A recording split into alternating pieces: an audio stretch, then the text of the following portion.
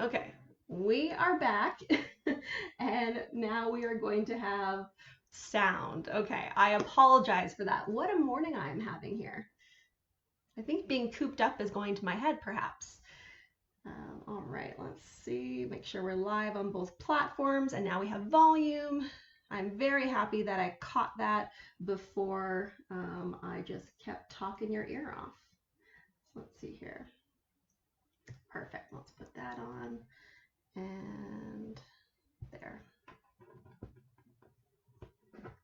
Okay, wonderful. So sorry, everyone. Let's recap here. If you're joining me today, this is the Art of Senior Fitness Program Design multi-part series. You do not have to have joined me for the previous 10 episodes or parts to join us today for the next about 30 minutes, okay? Only be able to join until about 1 o'clock Eastern Standard Time, so I'm going to stick to our normal window, so I apologize. I'll kind of move through the content a little bit faster today. So if you work in recreation or fitness, this is the spot for you.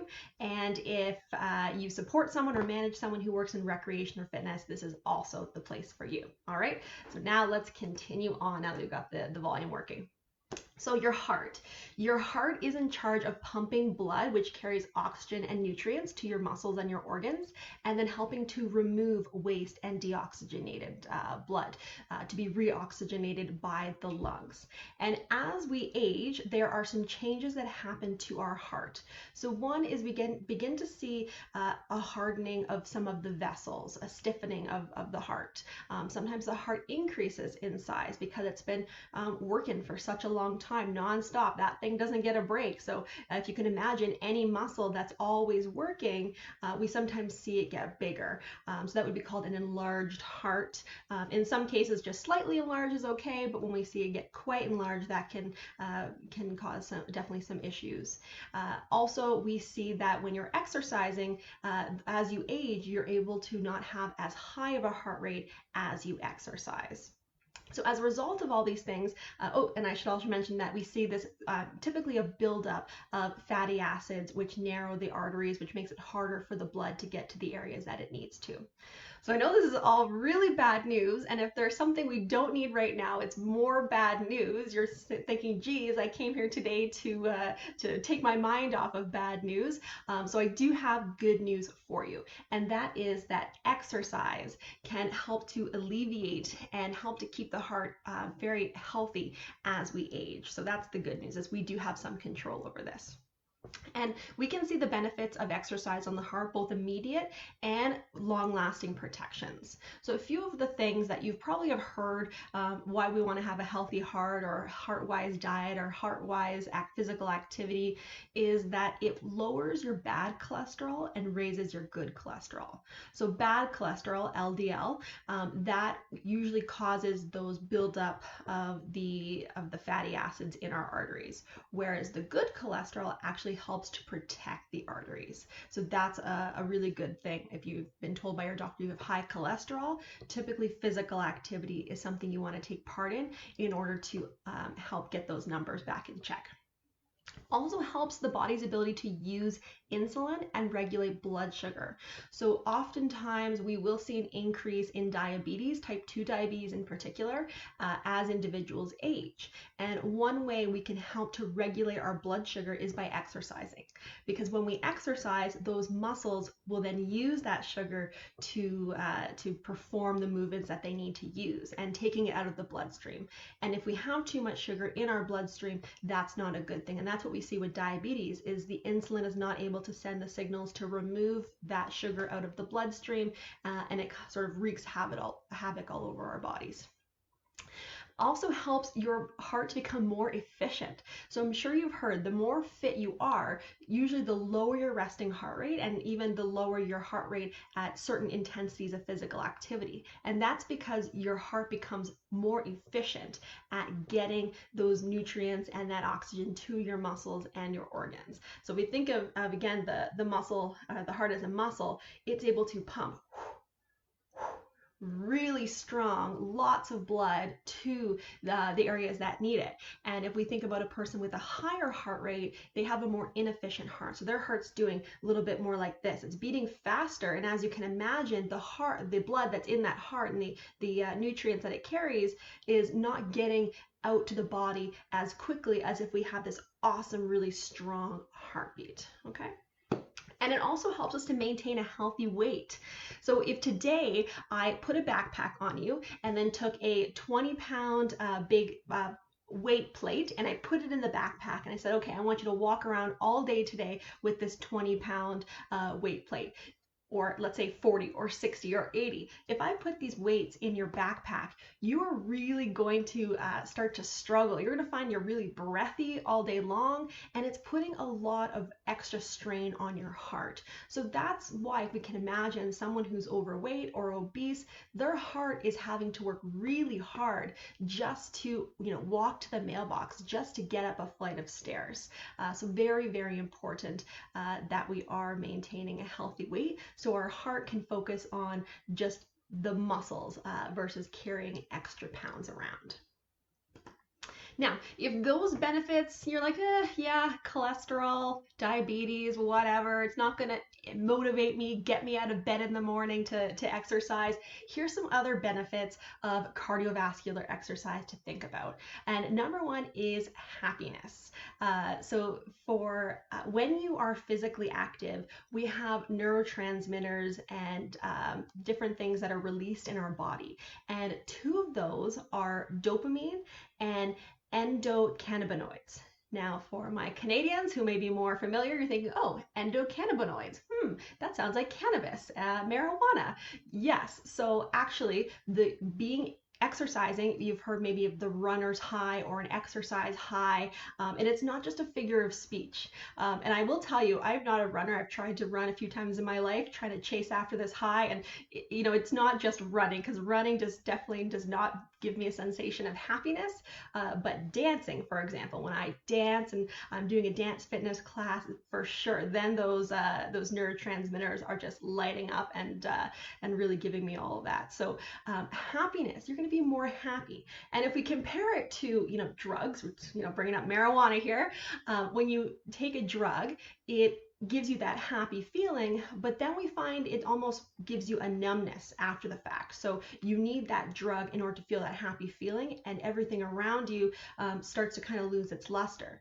We actually see the opposite with exercise. So you get that high, that happiness in the moment, but it also allows you to feel more robustly happy for just the little things. So, the smell of fresh laundry, or, of getting outside for a beautiful walk, you're able to then feel more happiness for those things as well as a result of being physically active. So that's pretty cool. Another one of those neurotransmitters is endorphins. So endorphins, I'm sure you've heard it from what's that movie? I forget now.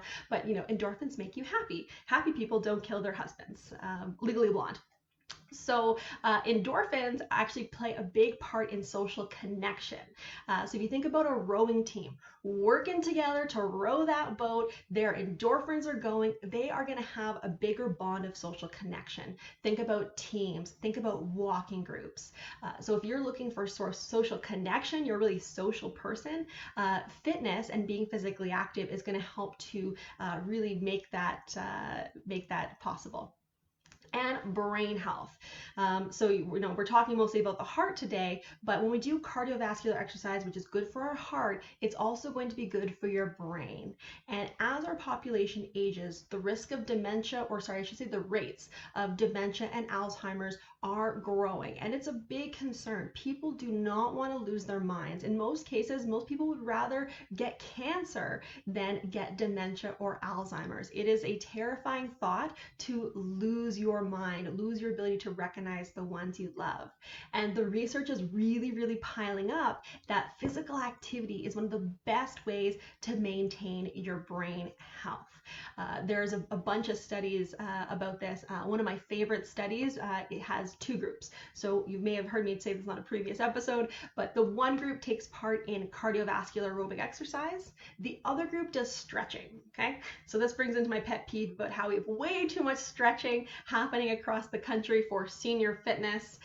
And this study in particular shows that the group who did the aerobic exercise had a 2% increase in their hippocampus mass. So hippocampuses are, there's two of them, hippocampi in your brain, and they help with problem solving and spatial awareness and all of these really important things. And they saw a 2% increase in the mass of the hippocampi, and the stretching group saw about a 2% decrease. So as I've said once a million times, stretching is not enough. We really do need to have this type of physical activity, and today specifically cardiovascular activity. Also showing that when you're physically active, there's an inflammatory response and also an antidepressant response that happens in your brain. And part of the reason scientists think that we may develop dementia or Alzheimer's is due to brain inflammation. So if you can take part in physical activity and have an anti-inflammatory response in your brain, that's going to keep you healthy. We also see an increase in blood flow, and as a result of all these things from exercise, we see an increase in brain mass.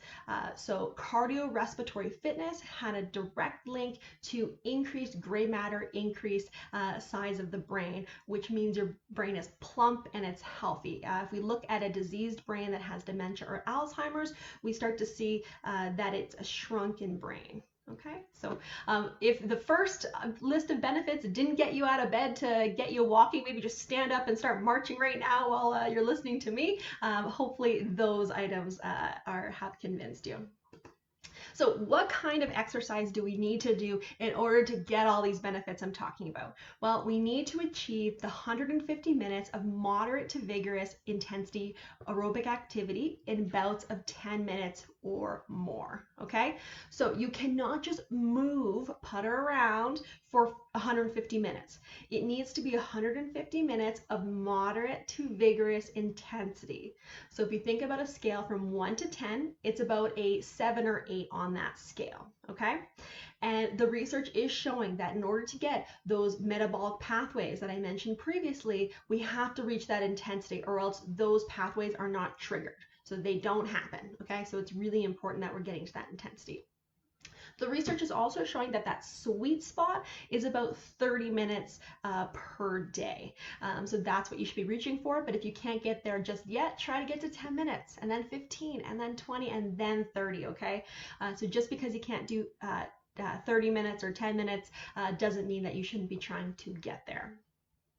And just gonna check, see if we have any questions. Looks like we're okay. You can all hear me, which is great. And we'll continue on here.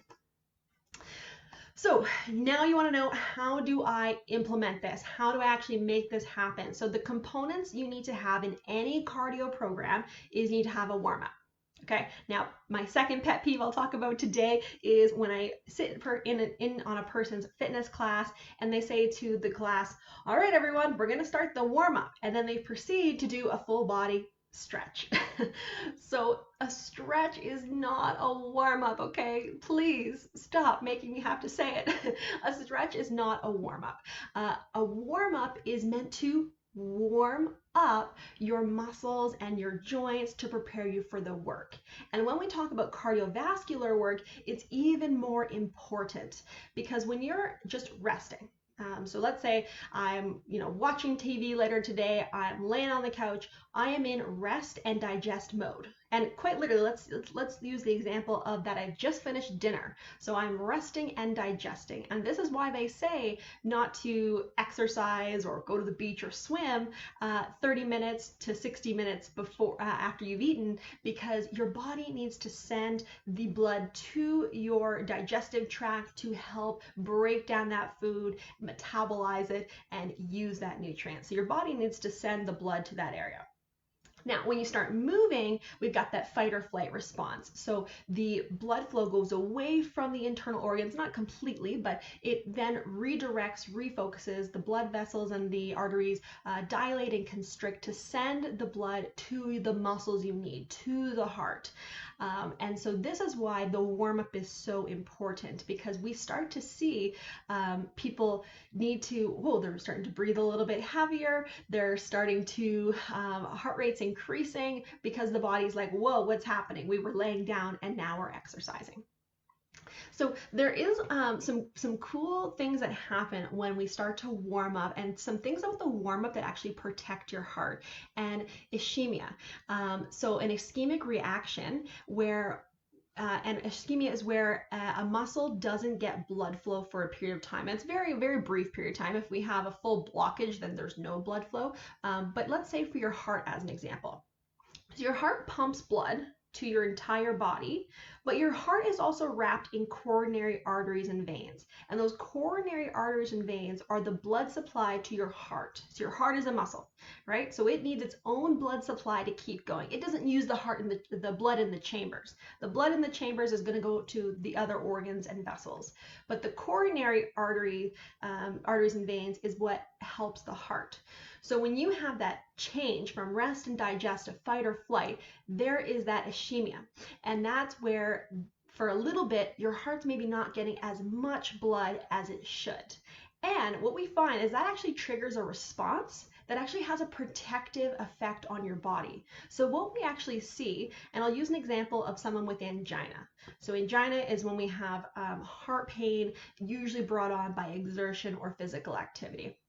So when we have someone with angina or a risk of heart disease or other things, and hopefully for them, they're working with a medical professional. I don't recommend, if you don't have the proper training in this, for you to just start trying to help people with angina and serious heart conditions. But if they are with a heart physiology fitness specialist and they have them start, sometimes they'll feel that warm up angina. So it's like, oh, I just started exercising.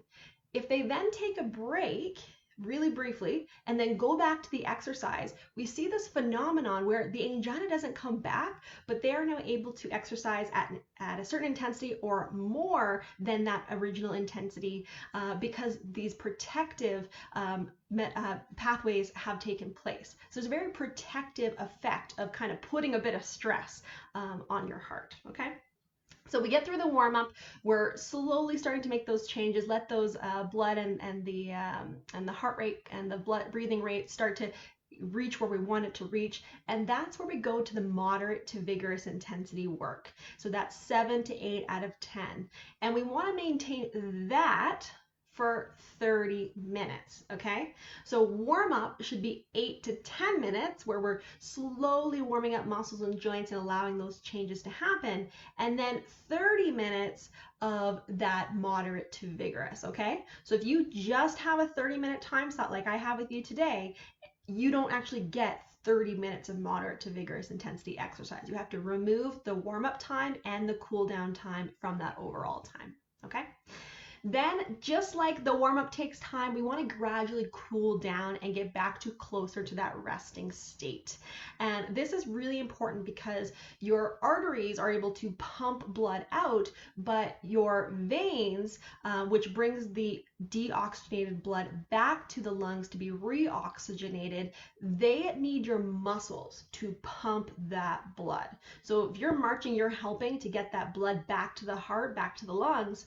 But if you just stop after exercise, we can see things like blood pooling in the lower extremities because your muscles are not helping to get that blood back up. And that can be really dangerous. You can see things like being lightheaded, funny things with the blood pressure starting to happen, and it can be very dangerous. So we need to make sure we gradually decrease the intensity. Okay? Now, how do we then incorporate cardio programming into our program? So walking groups. You know, I've said this a million times. I'm a big fan of walking groups because they are one of the easiest way for any person to get their 150 minutes of moderate to vigorous intensity activity. Now, the second one there, dancing. Now, this is my preferred method of physical activity. I am much more motivated to go if it's a dancing group versus a walking group. And so that's where it's to each their own. It's important that what you're doing, you enjoy, so you're going to see it through.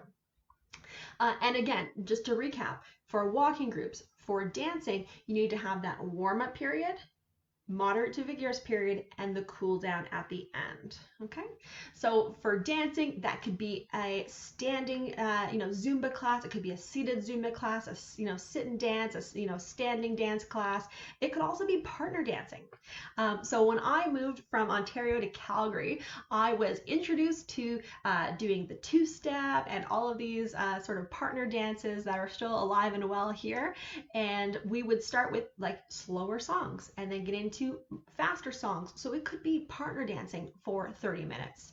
And then with that program, once a month we would have a big old time dance where maybe we had a live band, we had some snacks and some punch, people got dressed up, and then they're dancing because it's fun, but they're also getting their minutes towards their 150 minutes.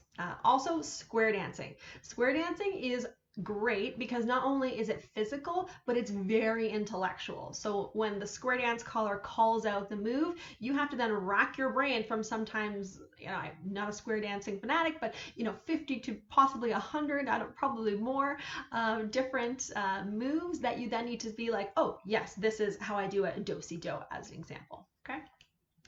Cycling, whether that's out and about. This is my second favorite form of physical activity, cycling. I love getting on my bike and just going and going through a beautiful park or a path. But it can also be a recumbent bike or a seated bike in a gym. I think it was last week I talked about the cyber cycle, where you sit and you actually use your hands to navigate through different terrains, and they have increase and decrease difficulty of challenges that you can use. So again, we're getting that physical, but also that intellectual. Aerobics classes. I've done standing aerobics class with my older adults. Cardio classes, anything like that. Okay. All right, wonderful. So I really apologize for the technical difficulties we had at the beginning of today. I did intend to take you through the one warm-up of Stronger You cardio, and as well as a moderate to vigorous track that we do. And I apologize because I do need to get on. I do need to go in the next 2 minutes. So thank you so much for joining me today. We will come back to this topic and in a future episode, and I will show you those moves, okay? So next week, I have a guest on the show. I have Lisa Moorhead, who's the Active Living Manager at Berwick Retirement Communities, Berwick Comox Valley. Her team is a International Council of Active Aging and New Step Beacon Award winning for Best in Health in Senior Living. So I'm really excited to have her on. Her and her team are Stronger You Senior Fitness certified. So they are going to talk about how they create their fitness programming, and they're going to talk about how Stronger You Senior Fitness fits into all that. So thank you so much. I don't see any questions. Stay healthy out there, everyone, and we will see you next week, same time. I apologize again for those beginning technical difficulties. Have a wonderful Friday and a great weekend. Thanks, everyone.